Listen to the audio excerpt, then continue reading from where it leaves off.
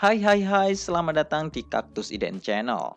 Di video ini aku bakalan bahas lanjutan cerita dari Mushoku Tensei.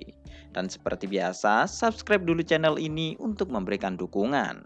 Atau buat yang ingin nyawer admin, silakan klik link yang berada di deskripsi.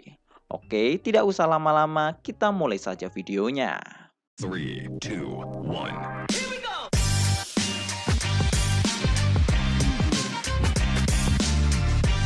Cerita kita mulai 2 bulan setelah Rudis mengalahkan Atove. Dan selama waktu 2 bulan itu, Rudis, Eris, dan Roxy telah berpetualang sambil mengirimkan surat kepada semua Raja Iblis yang berada di benua Iblis. Dan dalam perjalanannya, mereka bertiga sudah bertemu dengan berbagai macam Raja Iblis. Seperti Raja Iblis berwajah babi yang suka makan, hingga Raja Iblis yang suka marah.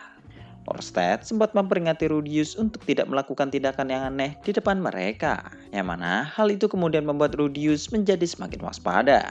Bahkan dalam perjalanan ini, Rudius, Eris, dan Roxy sudah mempersiapkan diri untuk melakukan pertempuran kapanpun jika dibutuhkan. Mengingat orang yang akan mereka temui adalah Raja Iblis, yang mana kekuatan mereka tentu saja tidak main-main. Namun ternyata ketika Rudis memberikan mereka hadiah persahabatan, para Raja Iblis malah terlihat cukup senang. Meskipun pada akhirnya wajah mereka langsung berubah menjadi ketakutan setelah membaca surat yang berasal dari Atove. Bahkan tak jarang juga ada yang memohon kepada Rudius untuk tidak dibunuh. Nampaknya pengaruh Atove cukuplah besar, atau bahkan bisa dikatakan para Raja Iblis yang lain ketakutan kepada Atove. Tetapi meskipun Rudis sudah menemui banyak Raja Iblis, namun ternyata kebanyakan dari mereka tidak tahu mengenai keberadaan Kisirika. Selama dalam perjalanannya, Rudis juga sempat mengunjungi kota Rikarisu, yang merupakan kota yang pernah dikuasai oleh Badigadi. Dan juga tempat itu merupakan tempat di mana Kisirika membangun kastil Kaisar Agung miliknya. Namun meskipun begitu, Badigadi dan Kisirika tidak ada di sana. Jadi, Rudis menitipkan surat itu kepada para prajurit yang berada di sana dan juga menyuruh mereka untuk mencari baik Kisirika maupun Badigadi. Dan dengan ini, maka hanya tinggal tersisa beberapa Raja Iblis yang belum Rudis temui. Namun, di saat ingin melanjutkan perjalanan, Roxy kemudian bertanya tentang apakah Rudis mau menemaninya untuk berkunjung ke kampung halamannya. Mengingat kampung halaman Roxy tidak terlalu jauh dari kota Rikarisu. Mendengar itu, Rudis pun langsung setuju. Dan lalu setelah menyebut Lara dan membawa hadiah pernikahan, Rudis, Roxy, dan Lara langsung pergi ke desa Migurdia. Awalnya, Rudis juga mengajak Eris untuk ikut bersama mereka. Tetapi Eris menolak hal itu karena menurut Eris ini adalah momen istimewa Roxy. Jadi Eris tidak ingin ikut supaya tidak merusak momen-momen itu. Kemudian setelah 3 hari perjalanan, Rudis, Roxy, dan Lara akhirnya sudah sampai di desa Migurdia. Dan orang pertama yang mereka temui adalah Rokari, yang tak lain adalah ibunya Roxy. Namun di saat melihat kedatangan Rudis, Roxy, dan Lara, Rokari langsung terdiam membeku. Dan tak lama setelah itu, ada banyak warga desa yang nampak terlihat kaget juga dengan kedatangan Roxy yang tiba-tiba. Kemudian setelah beberapa saat, Rokari pun bertanya tentang siapakah orang yang bersama dengan Roxy. Yang mana hal itu dijawab oleh Roxy bahwa mereka adalah suami dan anaknya. Mendengar itu, Rokari hanya nampak terdiam saja. Tetapi jika melihat reaksi dari para penduduk di sekitar mereka, Rokari nampaknya baru saja berteriak menggunakan telepatinya. Dan dia juga meneriaki suaminya bahwa Roxy pulang dengan seorang pria. Kemudian, karena penduduk desa mulai ramai di sekitar rumah Roxy, Roxy kemudian meminta izin kepada ibunya untuk masuk ke dalam rumah terlebih dahulu. Karena nampaknya Rudy saat ini mulai melakukan pose aneh yang dianggap keren oleh Rudy sendiri. Dan lalu ketika berada di dalam rumah, Rudy dan Roxy saling melirik satu sama lain. Karena meskipun Rudius di masa lalu sudah pernah memasuki rumah ini, tetapi Rudius masihlah merasa gugup. Mengingat kedua orang tua Roxy sekarang sudah menjadi mertuanya. Lalu sambil mengecek persediaan makanan, Rokari pun bertanya tentang berapa lama Rudis dan Roxy akan tinggal di sini. Amanah, hal itu kemudian langsung dijawab oleh Roxy bahwa mereka tidak akan lama karena mereka saat ini masihlah sibuk untuk melakukan pekerjaan. Mendengar itu, wajah Rokari nampak terlihat sedih. Tetapi sesaat setelah melihat Rudius, Rokari tiba-tiba langsung meminta maaf karena dari tadi dia masih belum sempat untuk memperkenalkan dirinya. Nampaknya Rokari saat ini lupa bahwa dia sudah bertemu Rudy sebelumnya. Dan karena itu, Rudy selalu memperkenalkan dirinya lagi sambil mengingatkan bahwa sebenarnya mereka sudah pernah bertemu sekitar 10 tahun yang lalu, di mana Rudy sewaktu itu datang bersama Ruiger. Mendengar itu, tak lama setelahnya, Rokari pun akhirnya mengingatnya. Dan dia tidak menyangka bahwa anak kecil yang ditemuinya 10 tahun yang lalu sudah berubah menjadi dewasa. Menanggapi itu, sambil membungkuk, Rudis pun mengatakan bahwa meskipun terlambat, Rudis ingin memberitahukan bahwa dia dan Roxy sudah menikah. Yang mana hal itu dijawab oleh Rokari bahwa itu tidak masalah. Namun, Rokari merasa khawatir tentang apakah Roxy bisa merawat Rudius dengan baik. Dan juga apakah Rudius benar-benar bersedia untuk menerima anaknya dengan apa adanya. Mendengar itu, Rudy selalu mengatakan bahwa Roxy saat ini sudah menjadi istri yang sangat membantunya. Dan dia juga adalah orang yang paling bisa diandalkan di dalam keluarga Rudius. Sementara di sebelah Rudius, Roxy juga mengatakan bahwa meskipun dia tidak bisa menjalankan tugas sebagai istri yang baik, Rudius masih memiliki 2 istri lainnya yang siap membantu Rudius dalam melakukan apapun. Dan juga Roxy menyuruh ibunya untuk berhenti khawatir kepadanya karena Roxy saat ini benar-benar baik-baik saja. Bahkan dia sekarang sudah menikah dan mempunyai anak, yang mana itu berarti Roxy sudah menjalankan tugasnya sebagai istri Rudius. Mendengar itu, Rokari pun langsung bertanya ke Rudius tentang apakah semua itu benar. Yang mana hal itu kemudian dijawab oleh Rudius bahwa itu benar. Tetapi meskipun seandainya Roxy tidak bisa memberikannya anak sekalipun, Rudius masih akan tetap mencintai Roxy. Dan untuk membuktikannya, Rudius langsung merangkul bahu Roxy di depan ibunya. Dan lalu, tak lama setelah percakapan itu, ayah Roxy yaitu Ryan akhirnya sudah pulang. Dan dia sambil meneteskan air mata kebahagiaan, Ryan memberikan ucapan selamat kepada putrinya itu. Sembari mengenang putrinya yang dulu cengeng dan ceroboh, sekarang sudah menikah. Selain itu, sambil melihat wajah Lara, Ryan juga nampaknya cukup senang untuk bertemu dengan cucunya. Tetapi di saat Ryan dan Lara saling menatap, Ryan tiba-tiba mengatakan bahwa Lara adalah anaknya pintar. Karena dia ternyata sudah bisa menyebutkan namanya sendiri dengan cukup lancar. Mendengar itu, Rudis dan Roxy langsung terkejut. Dan setelah beberapa saat, Roxy pun bertanya apakah Lara bisa menggunakan telepati. Yang mana hal itu dijawab oleh Ryan bahwa meskipun canggung, Lara sudah bisa menggunakan telepati. Dan Ryan tidak menyangka bahwa Rudis dan Roxy tidak menyadari hal itu. Rasmikurdia pada umumnya bisa melakukan komunikasi menggunakan telepati. Namun karena Roxy tidak bisa menggunakan telepati sejak kecil, Roxy pun tidak menyadari hal itu. Terlebih, tidak ada orang yang bisa menggunakan telepati juga di keluarga Rudius. Mendengar itu, Ryan lalu mengatakan bahwa bukankah neneknya juga bisa melakukan itu. Karena Lara baru saja mengatakan bahwa dia sering berbicara dengan neneknya. Nenek yang dimaksud Ryan pasti bukanlah Rokari, melainkan adalah Zenith. Yang mana hal itu kemudian mengingatkan Rudius bahwa menurut Miko, Zenith memiliki kemampuan untuk membaca pikiran orang. Yang berarti selama ini Lara dan Zenith sering mengobrol menggunakan telepati. Dan hal itu juga menjelaskan alasan mengapa Lara sering duduk termangu sambil menatap ke arah Zenith. Kemudian mengetahui itu, Rudis kemudian mencoba untuk berbicara ke Lara. Dan menurut Ryan, Lara ternyata paham dengan perkataan Rudius. Dan kemungkinan tak lama lagi, Lara mungkin juga sudah bisa berbicara secara lisan.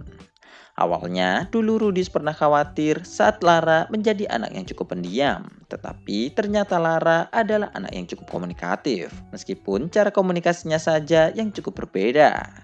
Dan selain Zenith, Rudis berpikir bahwa Leo mungkin juga bisa berkomunikasi dengan Lara. Mengingat di saat Miko membaca isi pikiran Zenith, Zenith pernah melihat Leo dan Lara nampak saling berkomunikasi. Dan kemudian setelah itu mereka semua saling mengobrol dan saling tertawa.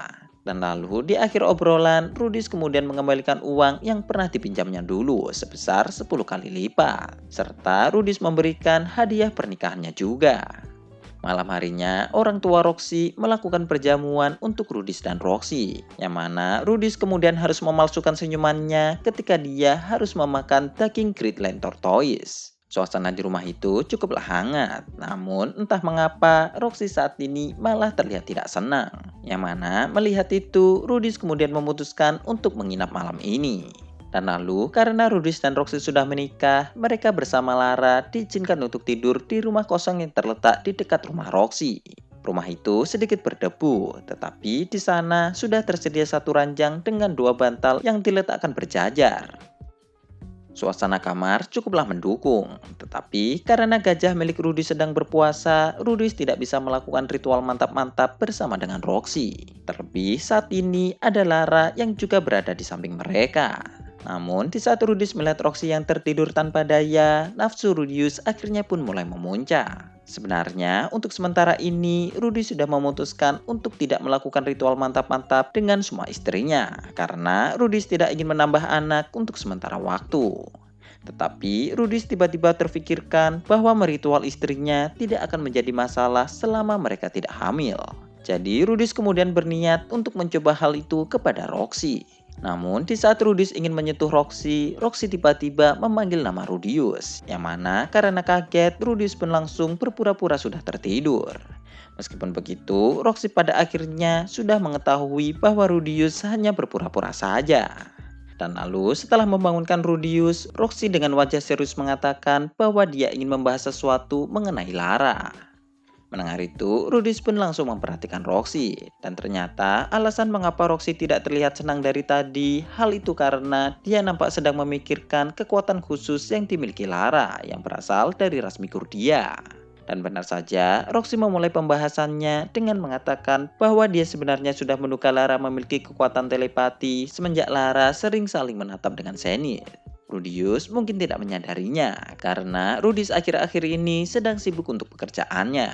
Namun setelah mendengar itu, Rudius pun berniat untuk lebih meluangkan waktunya untuk anak-anaknya.